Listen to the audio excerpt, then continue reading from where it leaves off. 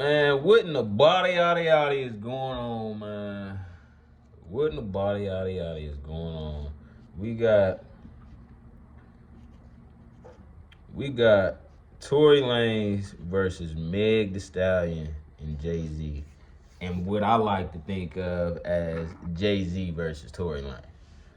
You feel me? And I'm gonna get into why I feel like that. Not everybody feel like that. A lot of people, you feel me, are outraged by the fact that people would even mention Jay-Z and Rock Nation in what's going on. But I want to give a brief background on Jay-Z and Rock Nation and how it pertains to this situation. First, Meg Thee Stallion has been trying to get out of the deal with her label. She signed to 1501, a Houston based label. It's a local label, not really, a major label. I don't want to say local, but it's not really a major label. But they did sign and break Meg Thee Stallion as an artist. And when I say break, I mean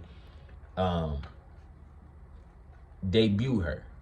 She was the world's or 1501 was the world's, premiere and first look into Meg Thee Stallion. Now, Meg Thee Stallion feels that she's outgrown 1501 and she wants to move on, but 1501 is saying, hey, you haven't fulfilled everything that we need you to do in the contract. That she feels that she has. They've been going to court about it ever since then. She's been, I'm not going to say winning the cases, but she's been putting up a fight due to the fact that Rock Nation has now taken her on as a client, but through management. So 1501 is who she is signed to through production and distribution, I believe. And then she has a management deal through Rock Nation. So Rock Nation, seeing that she's going through something with one label, they try to come through and offer her legal and managerial support. You feel me? So I just want people to realize that that's what we would call poaching. You feel me? That's what you call poaching. When you try to go in and offer the strength of some wacky shit going on in their business, or offer the strength of using this legal case or using this disgruntled employee's the things that she's not pleased with, using that as leverage to get her on your side. That's what they use to get her on her side. They use their legal team. I think they have one of the best lawyers in the entire industry. They used him to help fight the case between Meg and 1501. And ultimately, they're probably going to help her get off of that label just so she can sign to Rock Nation. There goes Rock Nation and Jay-Z's investment into Meg Thee Stallion. Now, I just painted a picture for you why Jay-Z and Rock Nation are invested in the Meg Thee Stallion. Now, let's take a look at Tory, who was also, and this is all prior to COVID times, where these two were both going through troubles with their labels. Now, Meg is still signed. Tory's issues happened on in a circumstance of him trying to get off of a label and become independent, which he successfully did. But if you recall, anybody who follows any of these news stories or any of these major artists, Tory was threatening to expose his label, and they seem to not take that lightly, because whatever they thought was about to get exposed, they came through and did what he asked them to do immediately after to prevent being exposed. So he must have had some dirt ultimately he went independent. So now Tory's independent, right? COVID hits, Tory becomes the biggest name on Instagram because he starts some shit called Quarantine Radio, in which he's reeling in a couple hundred to a few 100,000 live viewers every day to watch him, just essentially perform on live or entertain on live. Instagram live from the house. You feel me? Let me tell you how big Quarantine Radio was. Yes, I have swirl.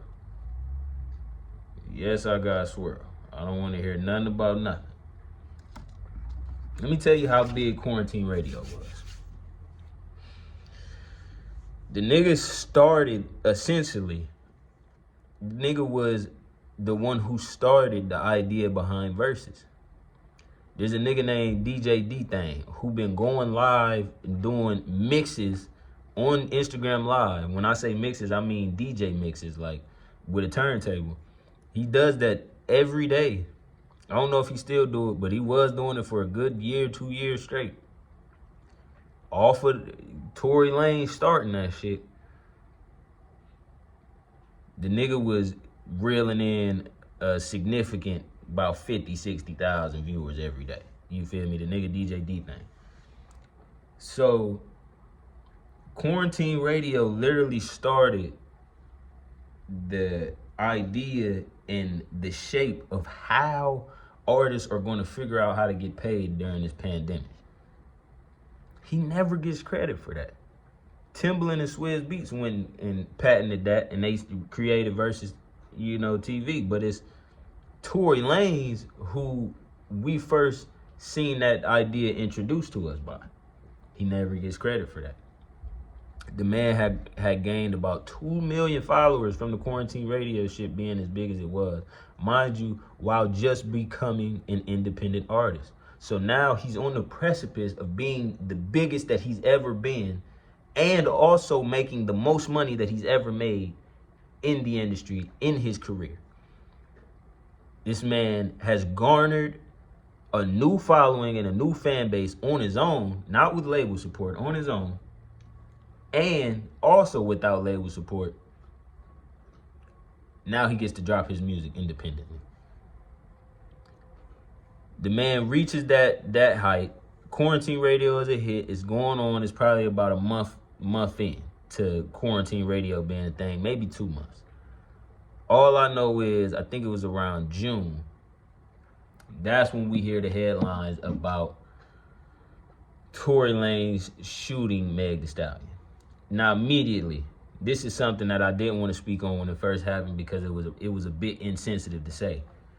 But if nobody is arrested that very night and kept in jail for shooting somebody, I'm sorry, but somebody wasn't doing their job. And as it came out in the court cases, they wasn't doing their job. And the police chief or the head investigator on the case had to be withdrew from the case because a conflict of interest.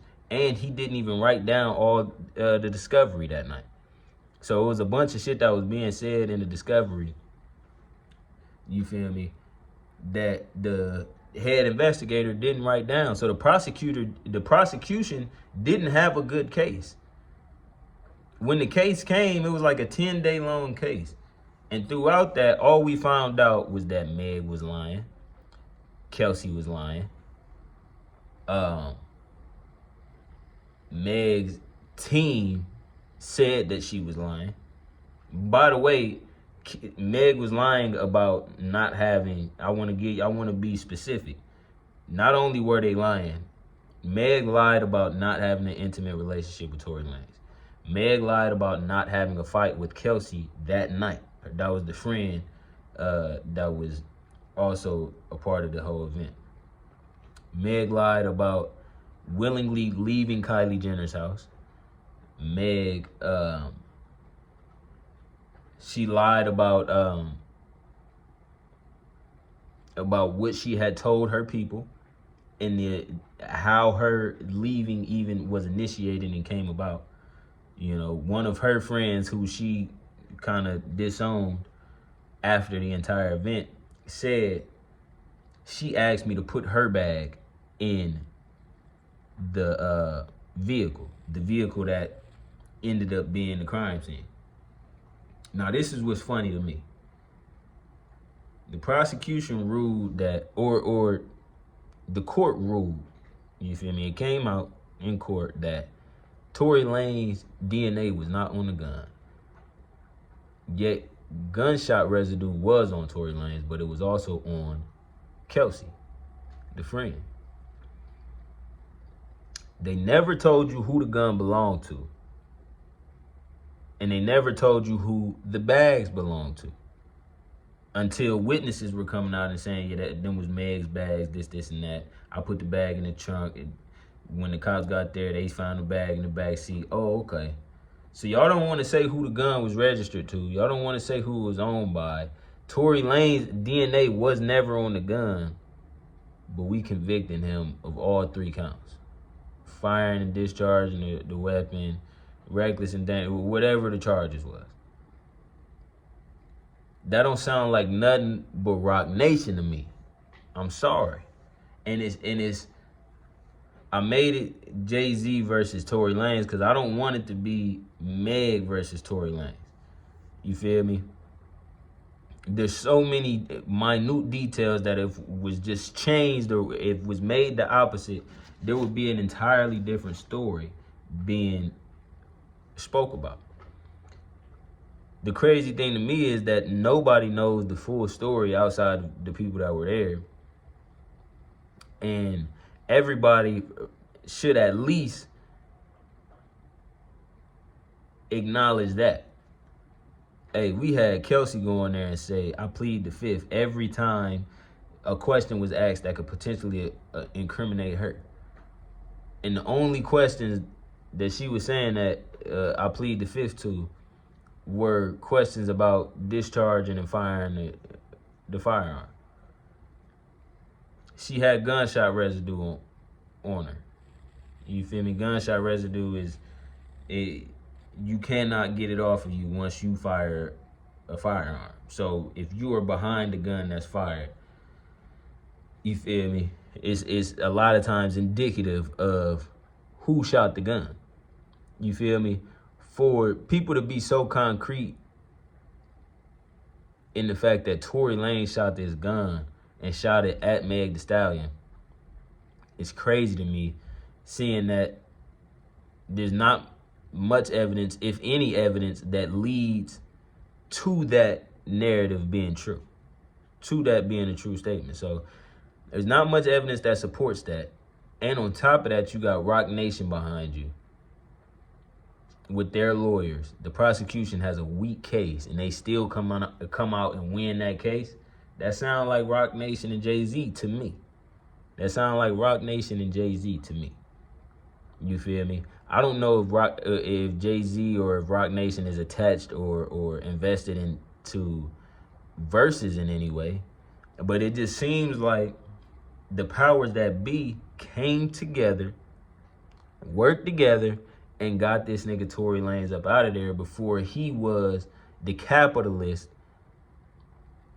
in a few different lanes. And where this man would have capitalized on a few different lanes, or could have capitalized on a few different lanes. Versus was one lane. The Instagram Live just in itself was another lane. The quarantine radio in itself was another lane. The independent music in itself was another lane. This man befriending the biggest female artist in the game at the time. She was the most lit female artist at the time. I'm not saying she was the best. I'm not even saying she was the biggest. She was the most lit at that time. And Tory Lanez had, you feel me, built his rapport with her. I think it didn't sit well with many record executives, record label executives, And they said, nah, we got to band together and get him up out the way.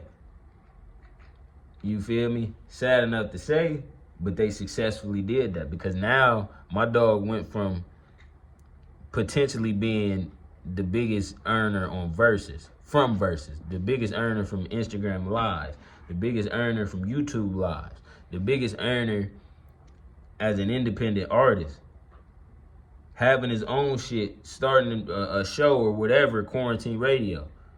The man went from having so much lined up, having the most followers he's ever had, you feel me, to now he's facing 20 plus years in prison. He will be deported. And to appeal that deportation, he'll probably have to do it from Canada, where he'll be deported back to.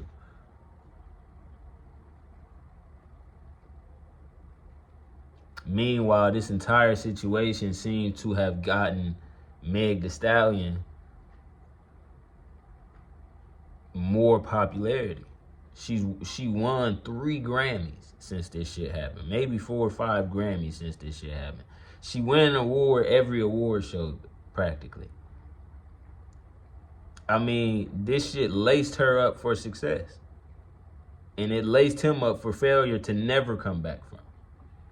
When you look at any enemy Meg Thee Stallion has went against since signing to Roc Nation to be a client of their management, anybody she's gone against has seen a big demise, or at least a big blowback.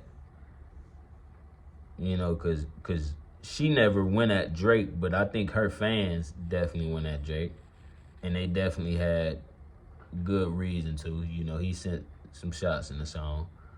But you look at the baby.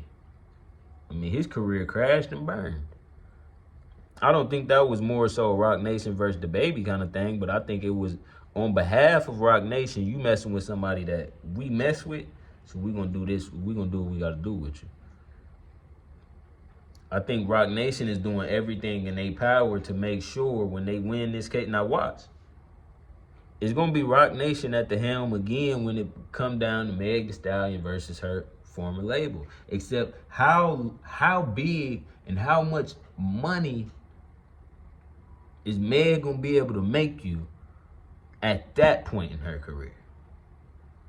She don't sell over 60,000. She's a major artist though. These nostalgic beats, these sample beats that they buying from older artists, from the people's estates that's already legendary artists, these are not cheap. Imagine you got to spend $16 million on somebody's album for their album to make you $1 million in the first week. Or $500,000 in their first week. You feel me? I don't know what sales equate to, but I know if you're not doing 6 figures in sales first week, more than likely you're not about to recoup whatever your advance is, especially when you got a bigger name than most. You feel me?